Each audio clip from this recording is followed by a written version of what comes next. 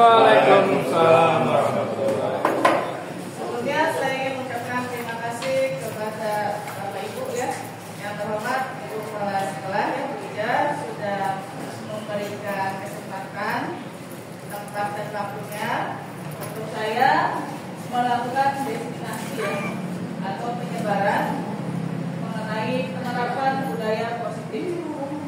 Adapun diseminasi ini adalah tugas untuk CGP di aksi nyata modul 1.4 yang merupakan kelanjutan dari visi yang kemarin telah saya buat ya.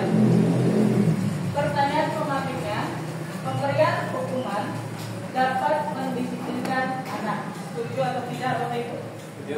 Setuju. Setuju? Ya. Bervariasi jawabannya ya. Ada yang setuju dan ada yang tidak setuju. Nah, lalu yang kedua, pemberian penghargaan dapat meningkatkan motivasi belajar anak. Setuju. Jelas. Ya betul. Ya. Hukuman ataupun penghargaan sebenarnya kalau di modul 1.4 di materi guru penggerak itu tidak boleh sebenarnya ya. Tapi tergantung situasi dan kondisinya seperti itu. Nah, adapun materi yang akan kita bahas hari ini adalah seorang guru yang baik harus memiliki kemampuan dalam mewujudkan budaya positif di sekolah. Budaya positif tersebut dapat dijalankan dengan penerapan konsep-konsep IT seperti disiplin positif, motivasi perilaku manusia, keyakinan sekolah atau kelas, kebutuhan dasar manusia, posisi kontrol restitusi, dan yang terakhir segitiga restitusi. Nah, perihal disiplin biasanya yang kita bayangkan kalau kedisiplinan itu 3 hal ya: kepatuhan, hukuman, lalu yang ketiga ketidaknyamanan. Ketidaknyamanan itu biasanya bersangkutan dengan hukuman. Kalau kita tidak disiplin, biasanya itu adalah pemberian hukuman atau punishment-nya. Nah, hal itu membuat kita merasa tidak nyaman. Pengertian disiplin di sini adalah disiplin positif merupakan suatu cara penerapan disiplin yang mengajarkan anak bertanggung jawab, menumbuhkan kesadaran diri ya berdasarkan nilai-nilai kebajikan. Disiplin positif di sini yang ditekankan itu bukan karena paksaan, takut karena hukuman atau ingin mendapatkan reward penghargaan, tapi kita di sini menekankan disiplin positif itu berdasarkan kesadaran diri sendiri. Nah, adapun nilai-nilai kebajikan yang sedang ditekankan adalah profil pelajar Pancasila. Untuk poin-poinnya adalah beriman bertakwa kepada Tuhan Yang Maha Esa dan berakhlak mulia, mandiri, bernalar kritis, berkebinekaan global, gotong royong, dan kreatif.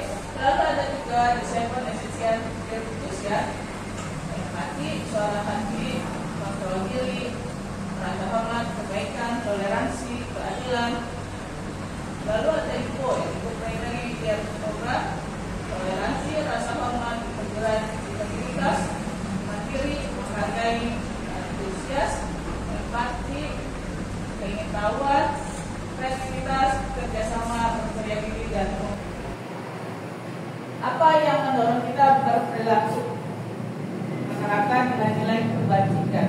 Biasanya apa Bapak Ibu?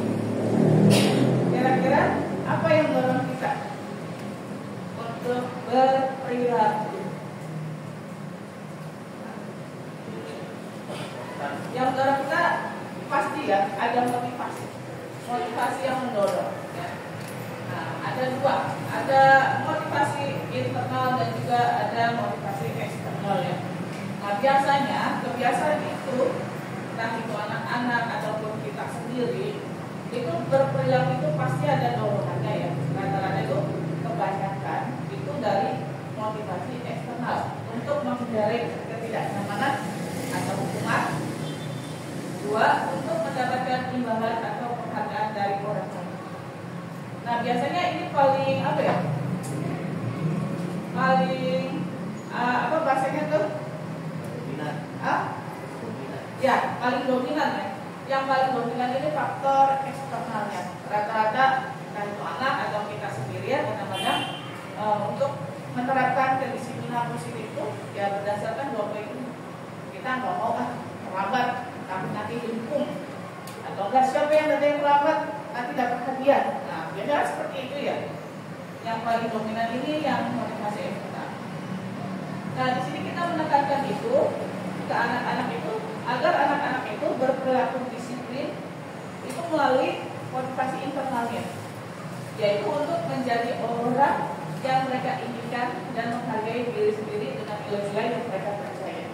Melakukan disiplin positif itu bukan karena hukuman ataupun karena ingin mendapatkan hadiah, tapi muncul dari dirinya sendiri karena ingin menghargai dirinya sendiri, menghargai betapa pentingnya kita disiplin waktu seperti itu, menghargai sesama, menghormati sesama, tolong-menolong ya, dan lainnya. Nah, di situ ada keterangan hindari hukuman dan pemberian hadiah berlebihan agar meminimalisir motivasi eksternal dalam diri murid. Sebisa mungkin kita di sini jangan memberikan hukuman atau hadiah, karena sebenarnya hukuman atau hadiah itu tidak boleh. Tapi balik lagi tergantung kondisinya. Kalau sekiranya anaknya nggak bisa dinasehatin atau sudah dinasehatin begitu lagi ya, mau nggak mau kita harus memberikan hukuman. Tetapi hukuman di sini itu tidak yang menyiksa, ya fisik atau tidak yang negatif. Contohnya misalkan anak terlambat itu udah kamu baris jemur di lapangan. Nah, seperti itu kita harapkan hukumannya itu dengan hal yang positif. Misalkan disuruh menulis permintaan maaf atau untuk membersihkan halaman, mencari sampah, bisa diarahkan seperti itu. Nah, untuk pemberian penghargaan juga, kalau anak melakukan disiplin positif karena penghargaan, karena apa, itu tidak akan bertahan lama. Ya, sebisa mungkin dikurangi atau diminimalisir.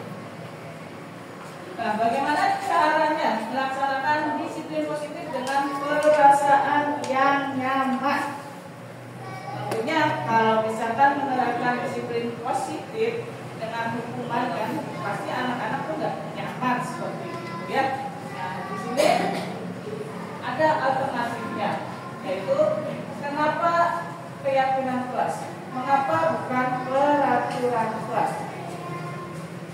Nah, rata-rata itu kan itu di kelas ataupun di sekolah yang dimunculkan itu peraturan kelas, bukan keyakinan kelas. Mengapa keyakinan kelas? Karena keyakinan kelas itu disusun berdasarkan keinginan yang disepakati bersama-sama. Ya, keyakinan ini lebih menggerakkan seseorang menjadi motivasi intrinsik daripada peraturan-peraturan. Jadi kalau keyakinan ini disepakati bersama, jadi dimunculkan dulu kebutuhan anak-anak itu pengennya apa nih peraturannya di kelas itu pengennya seperti apa ya. Nah, untuk untuk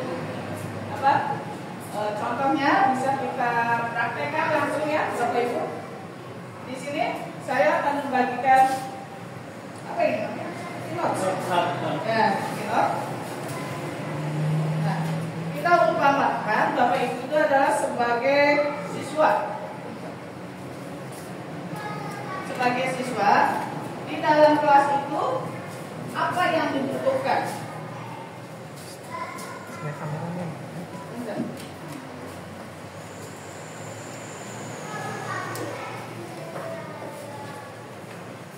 Ditulis di sticky note. Nanti kalau sudah bisa dikumpulkan.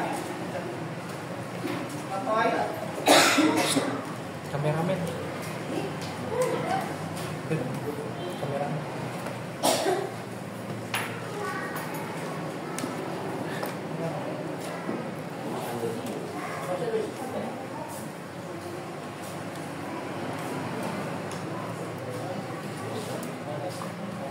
Apa yang dibutuhkan di dalam Ya, kelas? memunculkan dulu. Misalkan di dalam kelas itu biasa, nggak boleh ribut. Boleh, tidak boleh ribut. Terus apa lagi? Tidak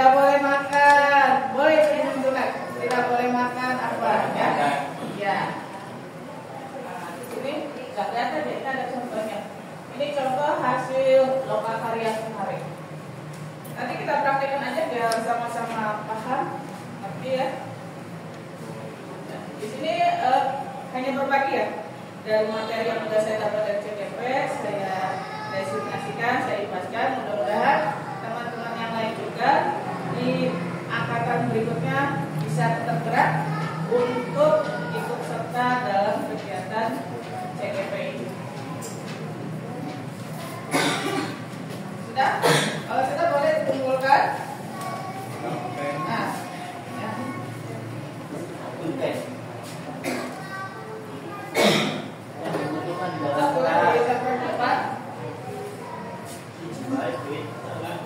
Boleh mau banyak juga boleh kalau boleh. Kalau emang butuhnya kebutuhannya banyak, boleh ya. Ruangan tetap bersih.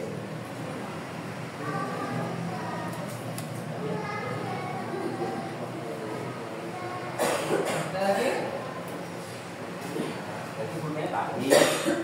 Udah belum sampai? Kalau pulpennya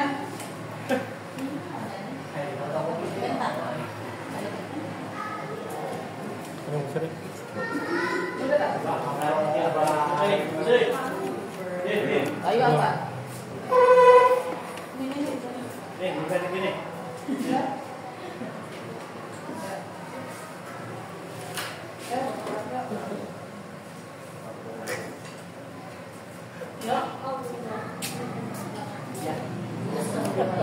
Karena dia mau ngomong ya.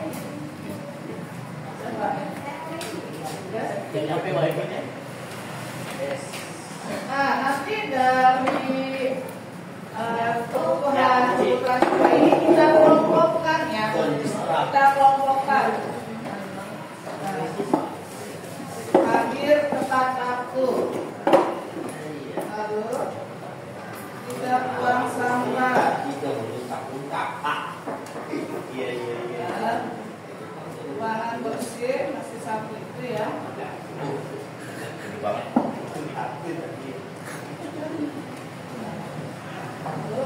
bersih. Nanti dari hasilnya itu kita kelompokkan ya Bapak Ibu. Nanti biar bisa diikhlaskan ke kelas masing-masing. Jadi antara kesepakatan dengan keyakinan beda ya. Kemarin saya juga ada miskonsepsi ya yang saya buat di kelas itu ternyata kesepakatan kelas semangat ya.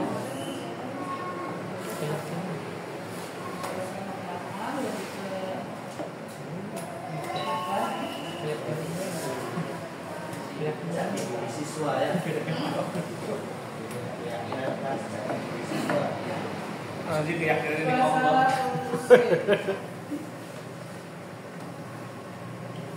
Jaga kebersihan.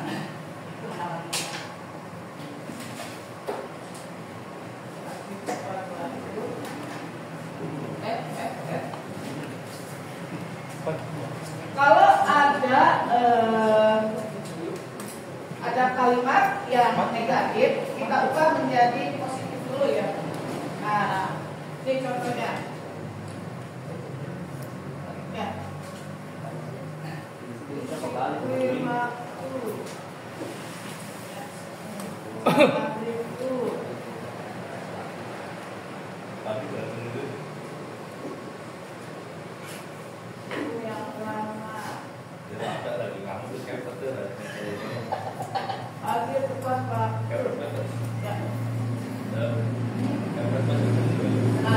Ini sudah dikelompokkan ya.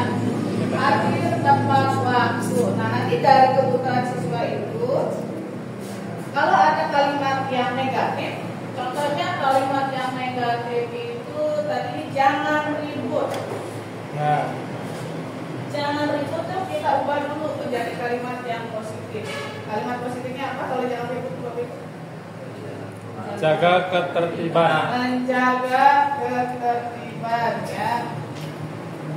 Jaga ketertiban. Nah, intinya hadir tepat waktu ya.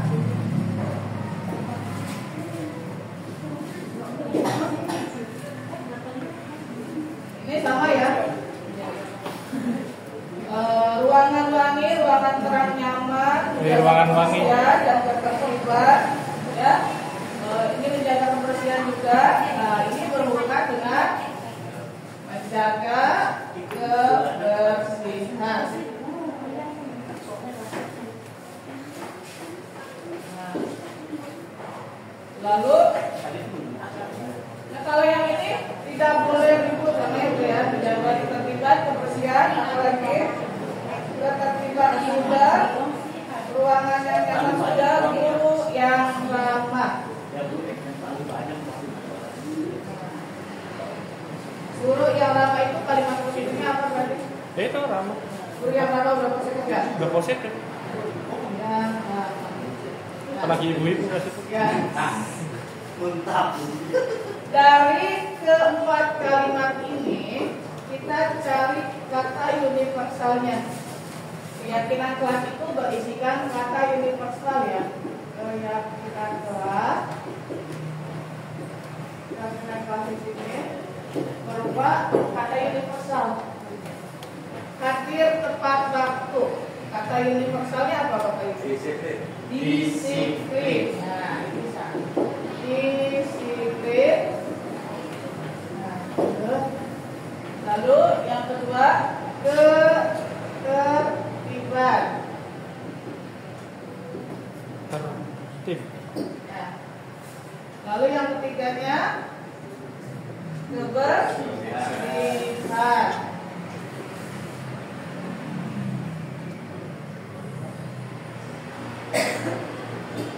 Lalu yang keempatnya Menyenangkan. keramahan.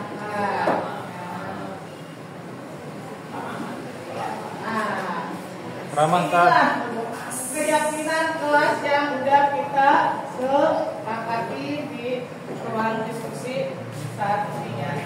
Nanti begitu tahapannya kalau misalkan Bapak Ibu membuat keyakinan kelas di kelas, tahapannya seperti itu. Nah ini ada perbedaan yang nah, kalau ini awalnya itu saya membuat, saya pikir kesepakatan kelas ini yang saya buat itu udah benar gitu loh. Ada disiplin waktu, belajar dengan gembira dan semangat, terus mengerjakan tugas dengan bertanggung jawab ya, dan sebagainya.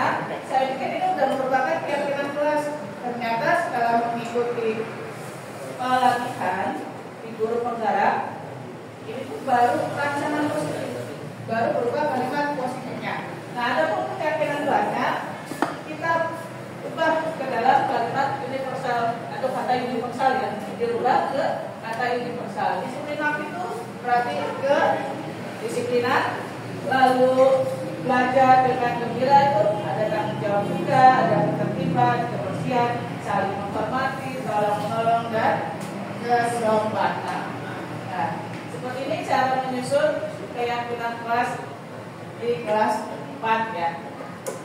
Jadi yang awalnya kita tidak tahu, awalnya saya juga miskonsepsi perihal keyakinan kelas. Setelah mengikuti pelatihan, akhirnya tahu ternyata keyakinan kelas itu cukup dengan katanya saja, kata universalnya aja yang dimasukkan.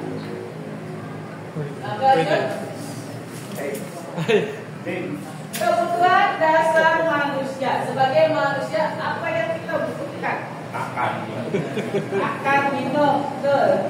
Ya. Banyak ya kebutuhan, bukan hanya kebutuhan makan dan minum saja. Ada kebutuhan lainnya. Bagaimana jika kebutuhan tersebut tidak terpenuhi? Contohnya tadi Bapak Wahyu bilang kebutuhan makan dan minum. Bagaimana kalau makan dan minum kebutuhannya tidak tercukupi? Kebutuhan apa lagi? Kebutuhan itu sih Oke, kita contohnya ya. Kebutuhan makan. Kalau tidak terpenuhi pasti akan merasa emosi atau lemas sebagainya. Nah, sama begitu juga dengan anak-anak ya Bapak Ibu ya. Nah, ini kebutuhan dasar manusia itu ketika seorang murid melakukan suatu perbuatan yang bertentangan dengan nilai-nilai kebajikan atau melanggar peraturan atau keyakinan kelas, hal itu sebenarnya dikarenakan mereka itu gagal memenuhi kebutuhan dasar mereka. Ya. Jadi anak-anak itu melakukan perbuatan yang bertentangan dengan aturan atau keyakinan kelas atau di sekolah, itu bukan serta-merta tanpa alasan. Nah, di sini tugasnya kita itu mencari tahu kenapa si anak tersebut itu melakukan penyimpangan perilaku ya. Nah, saya kan seperti itu ya. Bertentangan. Ini yang perlu kita pahami di sini adalah ada 5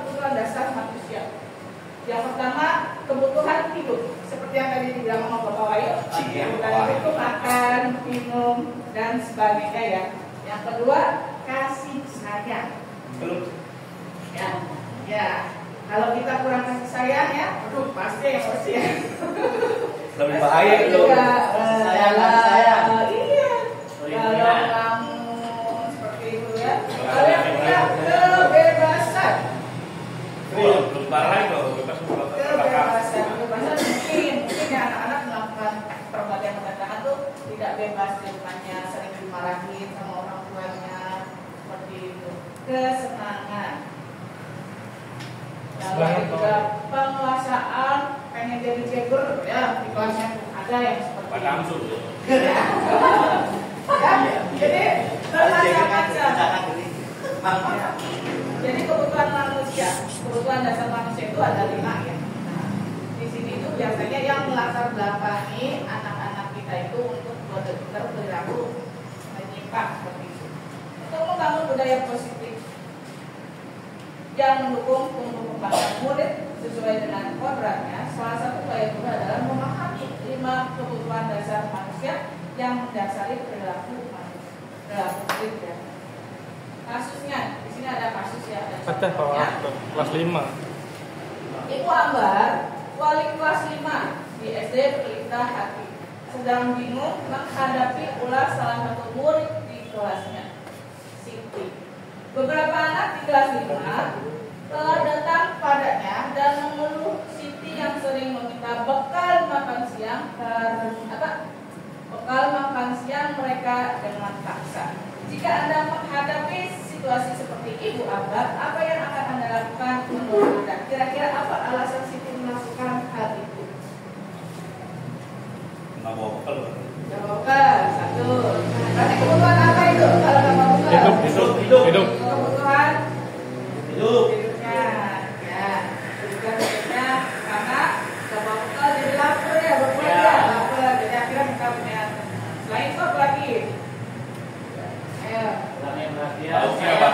Kurangnya perhatian, cari perhatian ya, seperti itu, kurang kasih sayang. Ada juga misalkan kebebasannya pengen ini, nah di sini muncul. Nah, alasan satunya itu karena dia lapar. Ya, karena lapar, seperti tadi yang disampaikan Bapak Wahyu, dia lapar, orang tuanya tidak membawakan bekal ya, jadi akhirnya dia tidak punya temannya. Lalu yang kedua,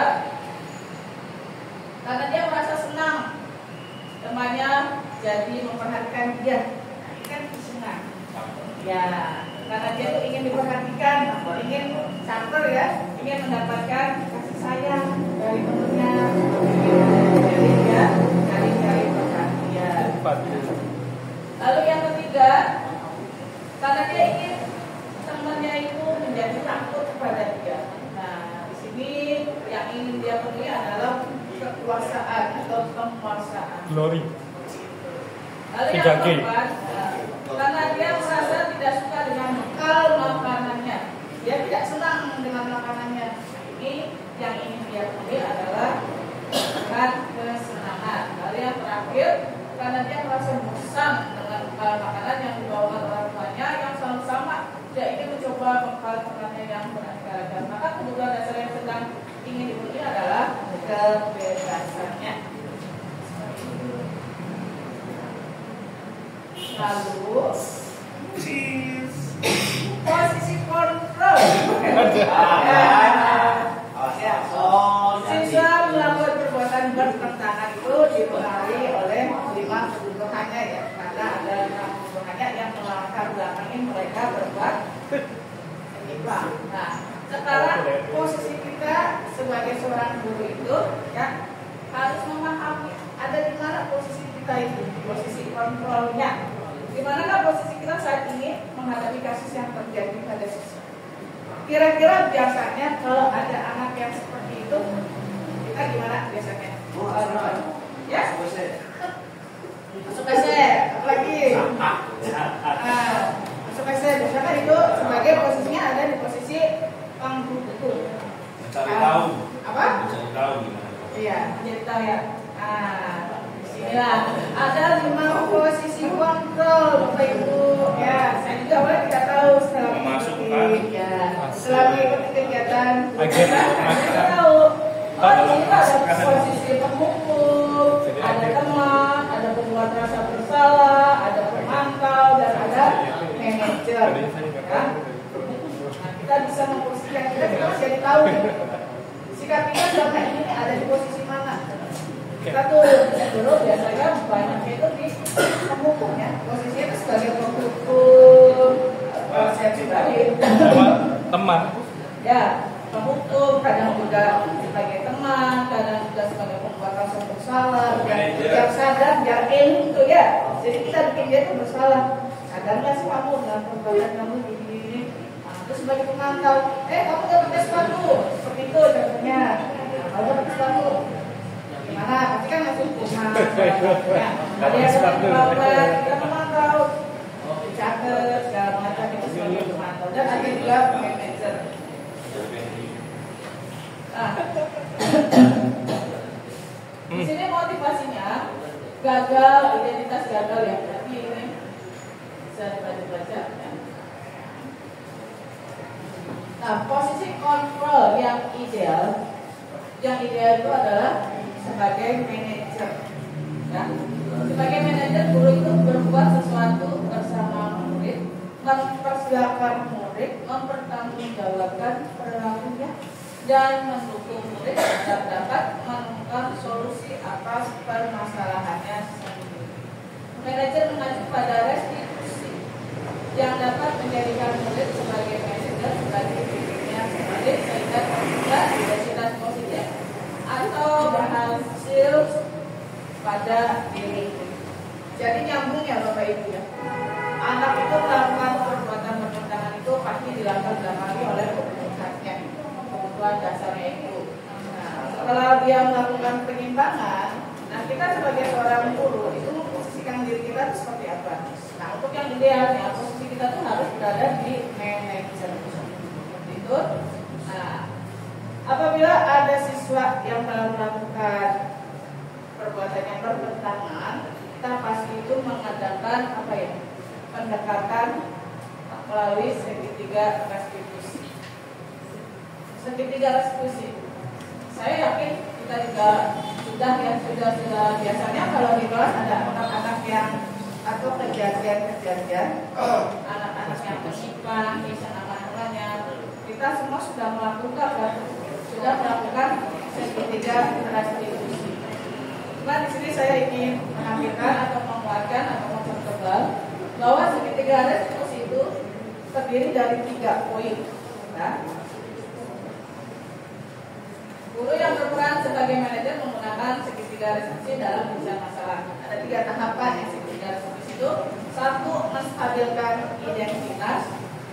Yang kedua, memvalidasi tindakan yang salah. Yang ketiga, menanyakan keyakinan. Makanya kenapa sih di tiap-tiap kelas itu kita harus membuat atau menyusun keyakinan kelas. Untuk mengantisipasi apabila ada perbuatan anak yang bertentangan dengan peraturan sekolah atau keyakinan kelas, nah kita kembalikan mereka. Ini loh keyakinan kelas yang telah kita buat bersama-sama. Lantas kenapa kamu melanggar keyakinan kelas tersebut? Ya, beda dengan peraturan. Kalau peraturan itu kan dibuat sepihak, kalau keyakinan kelas kan bersama-sama, sepakatan bersama-sama. Iya, sepakat. Jadi nggak bisa. Jadi dari situ pasti akan muncul kesadaran. Oh iya, ini kan saya yang buat peraturan kelas. Keyakinan kelas saya juga ikut menandatangani, ikut menyusun. Kenapa saya melanggar? Nah, dari situ akan muncul rasa malu terhadap diri sendiri karena dia tidak bisa menghargai dirinya sendiri. Ya.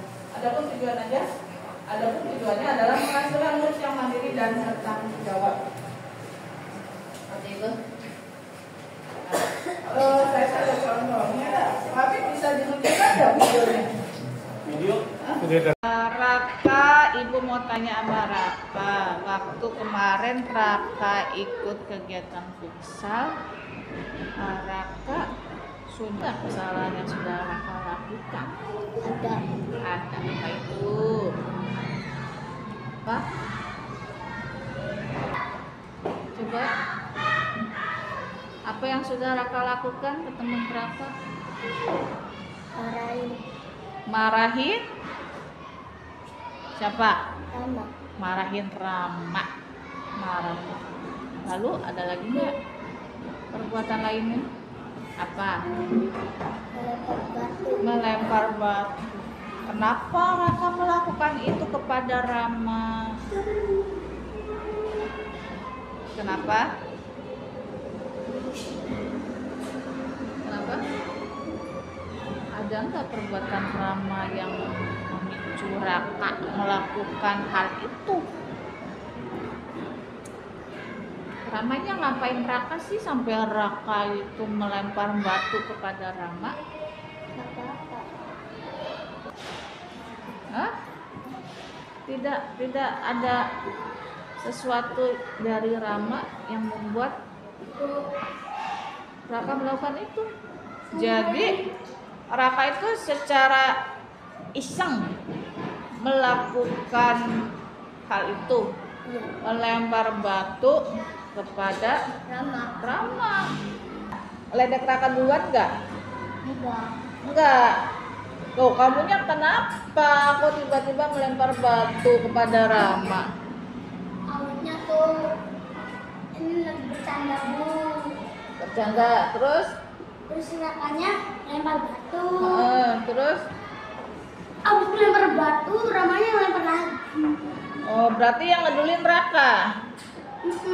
Jadi Raka itu melempar batu itu karena iseng. Ya, Iya. karena iseng. Tidak ada alasan khusus Rama lakukan kepada Raka sehingga Raka itu terpancing untuk membalas perbuatan Rama seperti itu. Sekarang, apakah tindakan yang Raka lakukan itu sesuai dengan keyakinan kelas? Tidak. Sudah sesuai belum dengan keyakinan kelas? Coba dilihat lagi keyakinan kelas yang sudah kita sepakati bersama-sama. Ada nggak di kesepakatan di keyakinan kelasnya? Ada nggak kalau boleh melempar batu kepada teman? Coba dilihat ada tidak? Tidak boleh, betul sekali. Tidak boleh, betul sekali. Ya, jadi nggak ada di keyakinan kelasnya melempar batu itu. Ada tidak? Tidak ada. Berarti Raka telah melanggar kesepakatan kelas yang sudah disepakati bersama-sama. Nah, kira-kira keyakinan apa yang harus dilakukan pada saat Raka itu bermain dengan teman? Bermain dengan teman, kira-kira keyakinan apa yang harus Raka lakukan? Kok yang mana?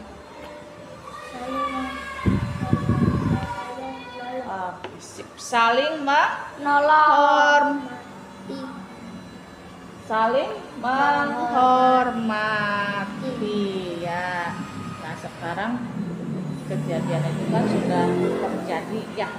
Nah, untuk kedepannya apakah Raka bersedia memperbaiki masalah ini?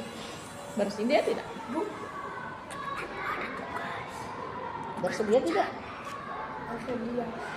Raka bersedia. Apa yang akan Raka lakukan untuk memperbaiki masalah ini? Tidak boleh nakal. Tidak boleh nakal lagi. Apalagi Saling menolong. saling menolong. Terus terhadap Rama, setelah perbuatan Raka yang kemarin, apa yang akan Raka lakukan?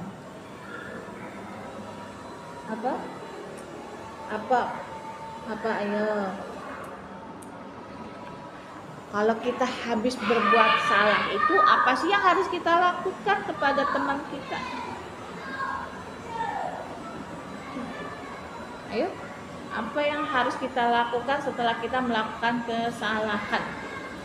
Terima Meminta maaf. Ya, sip, pinter sekali. Meminta maaf. Terus kedepannya sama teman tuh kita harus bagaimana bermainnya? Bermain yang benar. Bermain yang benar. Bermain yang benar. Terus selain itu saling apa? Saling menolong. Menolong dan Hormati. menghormati. Oke sih. Tindakan Raka ini udah tepat sekali. Ya, hebat ya. Tetap semangat. Pas dulu. Yuk. Nah, jadi dalam menangani penyimpangan anak itu kita menggunakan segitiga restitusi. Ya. Yang pertama itu menstabilkan identitas diri. Berdasarkan prinsip membuat kesalahan adalah bagian dari proses pembelajaran yang nantinya akan menggeser identitas gagal ke identitas yang sukses. Gagal yang di sini adalah si Raka itu setelah gagal untuk mematuhi keyakinan kelas. Nah, kita adakan kegiatan segitiga restitusi menstabilkan identitas. Kita tanyakan dulu, Raka, katanya kamu melakukan kesalahan, apa yang udah kamu lakukan seperti itu. Nah, itu nggak stabilkan identitas dulu. Tapi kok si anak kan menjawab, ya saya kemarin melempar batu kerama seperti itu ya. Nah, ya kita tanyakan dulu apa alasannya yang latar belakangnya. Iya, apakah namanya berbuat salah dulu? Ternyata si Ramanya tidak ngapa-ngapain. Jadi anak beriseng lempar batu seperti itu. Ya. Nah, di sini memvalidasi tindakan yang salahnya itu kita menanyakan nih alasannya kenapa dia melakukan perbuatan yang bertentangan seperti itu. Kenapa kamu melempar batu, Raka? Itu ya.